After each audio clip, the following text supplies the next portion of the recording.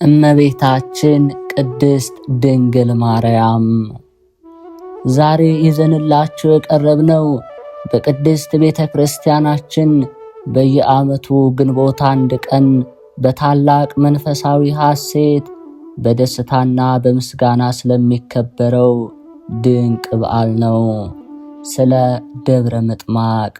ይህ ቀን የአጽናፍ ዓለም ንግሥት የቅዱሳን ሁሉ መክበቢያና የሰላም እናት ቅድስት ድንግል ማርያም በምስር ሀገር በደብረ ምጥማቅ ለ5 ተከታታይ ቀናትና ሌሊቶች ለዓለም ሕዝብ ሁሉ በዓይነ ሥጋ ግልጽ ሆነ የተገለጠችበት፣ ምድርን በሰማያዊ በረከት ያጠለቀችበት ታላቅ የታሪክ ማዕዘን ነው። ይህ ታሪክ ተራ የሆነ ትረካ ወይም በሩቅ ዘመን የተፈጸመ ተራ ክስተት አይደለም። ይህ ታሪክ በግፍና በስደት ለነደደችው የግብፅ ምድር ሰማያዊ መጽናናት የወረደበት፣ የክርስቲያኑም የሙስሊሙም የአረማውያኑም ዓይኖች ወደ ሰማይ ቀና ብለው የእግዚአብሔርን ሕያውነትና የእናቱን አማላጅነት በአንድነት ያዩበት፣ ክርክርና ጥርጣሬ ሁሉ የጠፋበት ፍጹም እውነተኛ መለኮታዊ ተአምር። ለመሆኑ ይህች ደብረ ምጥማቅ የተባለችው ቅድስት ስፍራ የት ነች? እመቤታችንስ የስደት ዘመኗን አሻራ ያሳረፈችባት ይህች ምድር ለምን ተመረጠች? ሰማይ በተከፈተባቸው በእነዚያ በ5ቱ የብርሃን ቀናትስ በሰማይ አደባባይ ላይ የታዩት የሰማዕታት ሰልፍ ምን ይመስል ነበር? ቃላትን ከሚያውዱ ምስጢራትን ከሚገልጡ ጥንታውያን የቤተ ክርስቲያናት ድርሳናት ያገኘነውን የልብን ጓዳ በመንፈሳዊ ፍቅርና ዕውቀት የሚሞላውን ይህንን ታላቅ ምስጢር እስከ መጨረሻው አብራችሁን በመሆን በጸጥታና በተመስጦ እንድትከታተሉ በአክብሮት እጋብዛችኋለሁ። ታሪካችን በጥልቀት ለመረዳት መነሻችንን በምስር በአሁኗ የግብፅ ሀገር እናደርጋለን። ደብረ ምጥማቅ ማለት በጥንቶ አጠራር በደቡብ ግብፅ የምትገኝ በኋላም በቅድስት ድንግል ማርያም ስም የተሰየመች ታላቅ ገዳም ቤተ ክርስቲያን ያለችባት ታሪካዊ ስፍራ ናት። ለመሆኑ ምጥማቅ የሚለው ቃል ምን ይሆን?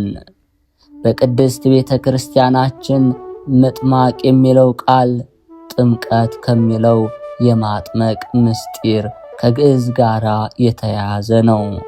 ቦታው የቅዱሳን መነኮሳት መገኛ፣ የንጽሕና ማማ፣ የእግዚአብሔር ረድኤትና ጸጋ ማዕበል የሞላባት ቅድስት ምድር ነበረች። ነገር ግን የዚች ምድር ታላቅነትና ሰማያዊ ክብር የተመሰረተው ከብዙ 100 ዓመታት በፊት በነበረ አንድ ታላቅና ልብን የሚነካ ታሪክ ላይ ነው።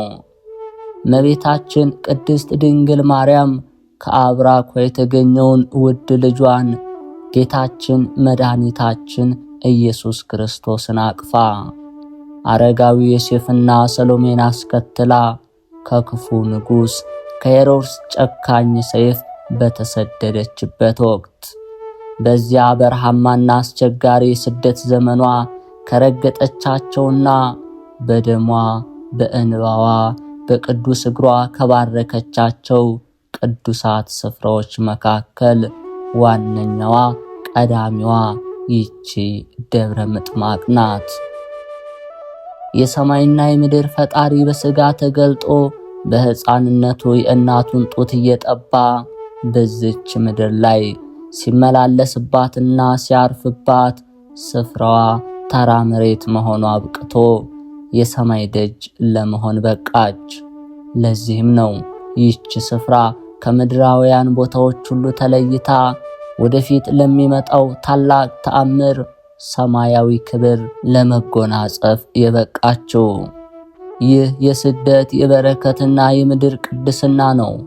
እንግዲህ ከዘመናት በኋላ በግንቦት 21 ቀን ሰማይ ተከፍቶ የብርሃን ድንኳን ተዘርግቶ ፍጹም የሆነው የእግዚአብሔር ክብርና የእመቤታችን ግልጽ መገለጥ በዚች ስፍራ ላይ እንዲሆን ምክንያት የሆነው። የታሪካችን እውነተኛ ማዕከልና አስደናቂው ምዕራፍ የሚጀምረው እንግዲህ ከዚች ታላቅ ዕለት ከግንቦት 21 ቀን ነው። ይህ ቀን ተራ የቀናት መለወጫ ሳይሆን የምድርና የሰማይ መጋረጃዎች ተቀደው መለኮታዊ ክብር ለሰው ልጆች በግልጽ የበራበት ዕለት ነው። በየዓመቱ ከግንቦት 21 ጀምሮ እስከ ግንቦት 25 ድረስ ለ5 ተከታታይ ቀናትና ሌሊቶች ሰማይ በታላቅ ግርማ ተከፈተ። የብርሃን መገኛ የንጽህና ሁሉ መክበቢያ የሆነችው ድንግል ማርያም ከፀሐይ 7 እጥፍ አብርታ በሚያበራ ብርሃን ድንኳን ውስጥ ሆና በኪሩቤልና በሱራፌል ታጅባ በግርማ ሞገስ በዓይነ ሥጋ መታየት ጀመረች። እዚህ ላይ ልናስተውለው የሚገባ አንድ ታላቅ ምስጢር አለ። ይህ መገለጥ በሌሊት የሚታይ እንደ ህልም ወይም ለአንድ ሰው ብቻ በህሊና የሚገለጥ እንደ ራእይ አልነበረም። ይልቁንም ፀሐይ በደመቀችበት ቀን ጭምር በእውኑ ዓለም ሕፃን አዋቂውን ሳይለይ በዓይነ ሥጋ የተመለከተው ፍጹም ግልጽ ክስተት ነበር። በዚያ ታሪካዊ አደባባይ የተሰበሰቡት የአገሬው ክርስቲያኖች ብቻ አልነበሩም። በወቅቱ የነበሩ በርካታ የእስልምና እምነት ተከታዮች፣ ታላላቅ መኳንንቶች፣ የአረብ ነገሥታት፣ ሰላዮች እንዲሁም እውነቱን ለማጣራት ከተለያዩ የዓለም ማዕዘናት የመጡ መጻተኞችና እንግዶችም ጭምር ነበሩ። ያን ጊዜ የነበረው ክርክርና ጭቅጭቅ፣ ጥርጣሬና ውዥንብር ሁሉ በአንድ አፍታ ጠፋ። ሁሉም በአንድ ድምፅ ይህስ የእግዚአብሔር ሥራ ድንቅ ነው እያሉ በዓይናቸው ያዩትን እውነት ለመመስከር ተገደዱ። ድንግል ማርያም በዚያ በብርሃን ደመና ላይ ሆና ስትገለጥ ቅዱሳን መላእክት በፍርሃትና በብዙ መናወጥ በግርማና በክብር በግራና በቀኟ ይቆሙ ነበር። እሷ ግን እንደ እናትነቷ ፍጹም በሆነ ርኅራኄና ፍቅር የተሞሉ እጆቿን ወደ ታች ዘርግታ በዚያ ለተሰበሰበው ሕዝብ ሁሉ የሰማይን በረከት ታድል ትባርክም ነበር። ያን ጊዜ በቦታው የነበረው መለኮታዊ ኃይል ምድርን አጥለቀለቃት። ለዓመታት በአልጋ ላይ ተኝተው የነበሩ ድውያን ፈጽመው ተፈወሱ። የዓለም ብርሃን ጨልሞባቸው የነበሩ ዕውራን ዓይኖቻቸው ተከፍተው የእመቤታችንን የብርሃን ፊት አዩ። አንካሶች ምርኩዛቸውን ጥለው በደስታ ዘለሉ። አጋንንትም እየጮኹ ወጡ። በዚያች ቅድስት ስፍራ የነበረው ድባብ ሙሉ በሙሉ ከዚህ ዓለም ጭንቀት ወጥቶ በሰማያዊ መዓዛ፣ በቅዱሳን ምስጋና፣ በእንባ በተደባለቀ የደስታ እልልታ ተሞላ። የደብረ ምጥማቅ ድንቅ ተአምራት በዚህ ብቻ አላበቃም። በእነዚህ 5ቱ የብርሃንና የጸጋ ቀናት ውስጥ የታየው ምስጢር ይበልጥ እየገዘፈ እያስደነቀ ወጣ። በሰማይ አደባባይ ላይ የተገለጠችው የብርሃን እናት ድንግል ማርያም ብቻ አልነበረችም። ይልቁንም መላው የሰማይ ሰራዊት፣ የቅዱሳን ማኅበር፣ የታላላቅ ሰማዕታት ነፍሳት በግርማ ወደ ምድር ወረዱ። ታላቁና የከበረው ኮከብ ሰማዕቱ ቅዱስ ጊዮርጊስ በነጩ ፈረስ ላይ ሆኖ በሰማይ ማዕበል መካከል ሲጋልብ ከእርሱም ጋር ማኅበረ ሰማዕታቱ እነ ቅዱስ መርቆሬዎስ፣ ቅዱስ ቴዎድሮስ በብርሃን ፈረሶቻቸው ላይ ሆነው በሰማይ ላይ ሲሰለፉ ታዩ። እነዚህ የክርስቶስ ጭፍሮች የሆኑ ቅዱሳን በምድር ላሉት አማኞቻቸው ጥበቃቸውን ለማሳየት የመጡ ይመስል ነበር። ይሁን እንጂ ይበልጥ የሚያስደንቀው ክስተት እነዚህ ታላላቅና ክቡራን ሰማዕታት በፈረሶቻቸው ላይ ሆነው በብርሃን ድንኳን ውስጥ ወዳለችው ወደ ድንግል ማርያም በመቅረብ በፍርሃትና በአክብሮት ለግርማዊነቷ ሲሰግዱላት ሕዝቡ ሁሉ በዓይኑ ይመለከት ነበር። ይህ የሰማይና የምድር ንግስትነቷን ያረጋገጠ ፍጹም መለኮታዊ ትዕይንት። ይህ ታላቅ ክስተት በወቅቱ በግብጽ ምድር ላይ በነበሩ ክርስቲያኖች ላይ ይወርድ የነበረውን የበረታ ስደት፣ ግፍና መከራ በአንድ አፍታ ያቃለለ፣ የታገሱትን መከራ ወደ ሰማያዊ ደስታ የለወጠ መለኮታዊ ጣልቃ ገብነት ነበር።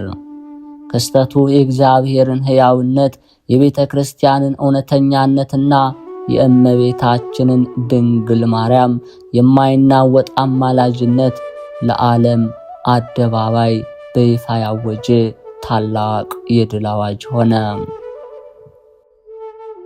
በቦታው የነበሩና ይህንን ተአምር በዓይናቸው ያዩ በርካታ ይሁዳውያን፣ ሙስሊሞች፣ አረማውያን ጥርጣሬያቸውን አሽቀንጥረው ጣሉ።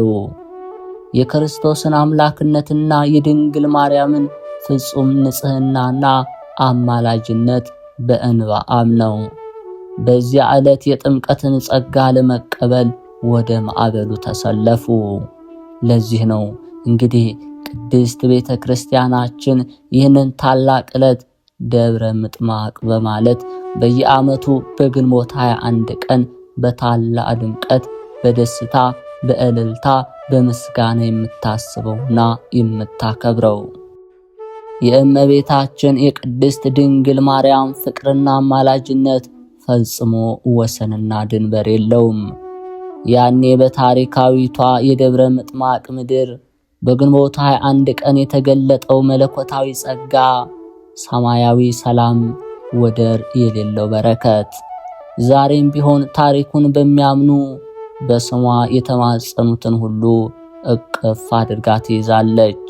ያ የደብረ ምጥማቅ በረከት ዛሬም በቤታችን በኑሯችንና በሕይወታችን ውስጥ በተአምራት ይሰራል። በልባችን ውስጥም የሰላምን ፍሬ ይዘራል። የአምላክ እናት፣ የዓለማችን ሁሉ መመኪያ፣ ለምድር ሁሉ የሰላምና የፍቅር እውነተኛ ምሳሌ ድንግል ማርያም። ውድና የተከበራችሁ የቻናላችን ቤተሰቦች ስለ ግንቦት 21 ደብረ ምጥማቅ ዓመታዊ በዓልና ድንቅ ምስጢር ያዘጋጀንላችሁ ታሪካዊና መንፈሳዊ ዝግጅታችን ይህንን ይመስል ነበር።